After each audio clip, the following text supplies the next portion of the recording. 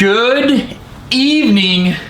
As you can see, it's dark out, and well, today's not Tuesday. If you're watching this in succession of the actual vlogs, it's Thursday. This is coming out on Friday. Call it simple. Anyways, it's just a fun little tech talk. I wanted to get back into the creative juices, getting flowing again. And there's really no easier way to do so than with talking about bike tech. So I've got here my one-speed race rig. Every year, my previous year's race bike, one of them gets saved and gets turned into a single speed. Well, there's been a lot of customers that have been coming in the shop. They've been purchasing single speeds, both cross bikes and mountain bikes. It seems like it's making a resurgence. I'm generally always a geared rider, except for this time of year when I race the local cross races and this downtime when we have no UCI racing. So this is what I ride.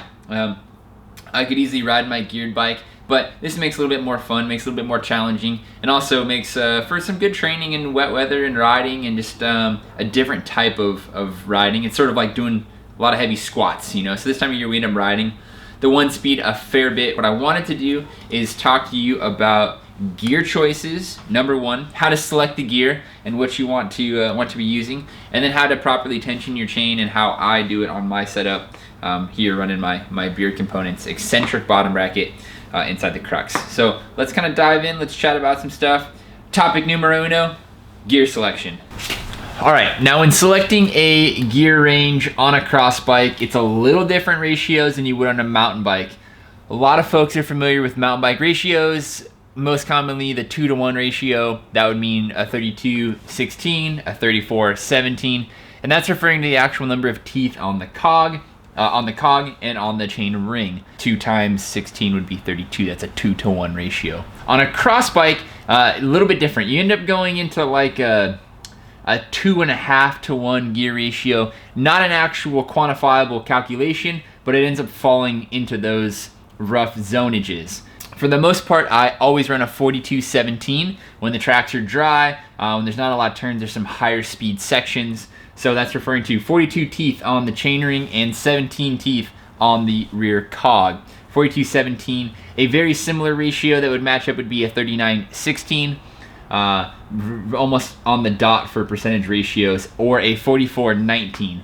However, if I go to a track and I feel that there's a lot of turns I need to get on the gas quickly out of, and it's a slower overall speed, maybe there's some quick punchy climbs, whatever it may be, I can sometimes switch to an 18 tooth in the back, making it a 42-18.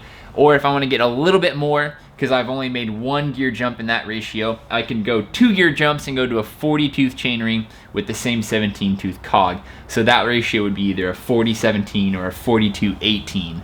A lot of numbers getting thrown around, so hopefully you're still being able to jump in and follow along. If I wanted to go to a track and say it was super hard, lots of climbing, there certainly is a little bit. If I was to ever, I would never want to, but if I ever wanted to race, single speed at, say, Jingle Cross or something, I might want to jump down to a 38 tooth cog, 38-18, maybe even a 40-19, something along those lines. If you're a one-speed racer and you're getting deep into the spectrum here, this is what I would recommend you do. You go get yourself a little bag. I got this from the art store. It's like a little nylon pencil bag kind of thing, colored pencils and stuff. Except I don't keep colored pencils. I'm no artist. I keep my chain rings in here, so you can see I've got my 42 on here. I've got my 40. I've got my 38. You can see I actually don't ever use this. It's still brand new. So we'll keep that. I'm waiting for that one day, but you've got it just in case. And then I've got my spare cogs, easily accessible out of this bad boy. So spare. I use the Chris King stainless steel cog. The stainless steel will last a long time. It works really well, and these things are just a work of machining genius. So definitely the way to go. Adjust the chain line, micro adjust the chain line with old GXP threaded bottom bracket spacers. So if you're using it on a 68 or a 73 shell, you know this little, I think they're like 3mm black spacers.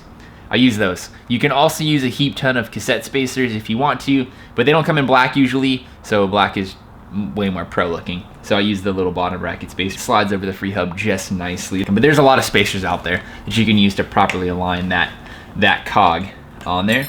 And then for my chains, I have chain lengths that are already pre-cut for each cog ratio, and I'll keep those in a bag as well. I'll mark on it what size cog it's for. This is for a 40/16. Boom, it's in a bag ready to go, and I don't have to adjust the tension all that much. So it makes it a breeze when I'm at the race and ready to go and trying to change gears quickly in between setups. Customers who watch the vlog that are getting into 1-speed, this is going to be a rough guideline for you to be able to get into gear ratios. 42/17. We've had a lot of folks jumping on the 42/18 and 42/19 game, so you're in the right ballpark, absolutely. Whoa! Now you're probably asking yourself, now Kid Kaiser, this is your race bike from last year. It had gears on it, it's got a single speed now. How do you tension the chain? You don't have one of those chain danglers on there, tensioners, because you don't need one. You need Beer Components bottom bracket.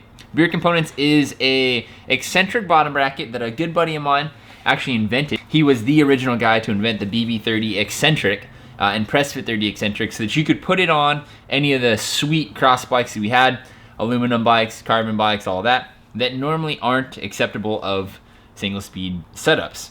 This is now a super clean, super pro way to run crux like this as a single speed setup. All you need is a 4mm Allen wrench and a trusty track lock ring wrench like this one, and you can adjust it on the fly. 2 pinch bolts, works in both BB30 and Press Fit 30 options, comes in both the options. I won't dive too deep into that, but that is how I tension the chain.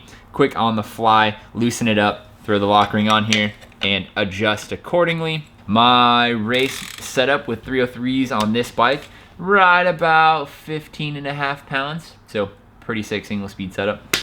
Whoa, that did not happen as cool as I thought it would. Whoa. And that is it for the overall 1-speed setup on my race rig. We talked about chainring configurations, chain alignment, cog setups, how I space it out, how to select your gear ratio. It's pretty simple. If you can push over the gear, run with it. If you don't feel comfortable, choose an easier gear. But always remember, a 17 will beat an 18 any day of the week. If you want to go quicker on a 1-speed, you just pedal harder. That's it. Let's go race it this weekend. Saturday is a Sacramento cyclocross season finale at Miller Park. Kinetic Cycles is not hosting the race, Sacramento Cross is, but it's like we help promote it, just like the one at Lang Twins. So should be fun, I'm looking forward to it. I have never raced at this venue, should be sick. Hopefully it's 1-speed worthy. I know it's super close to the river, so it should be cool. We will see you guys tomorrow. Let's do it. All right, we'll see you guys soon. Over and out. Peace.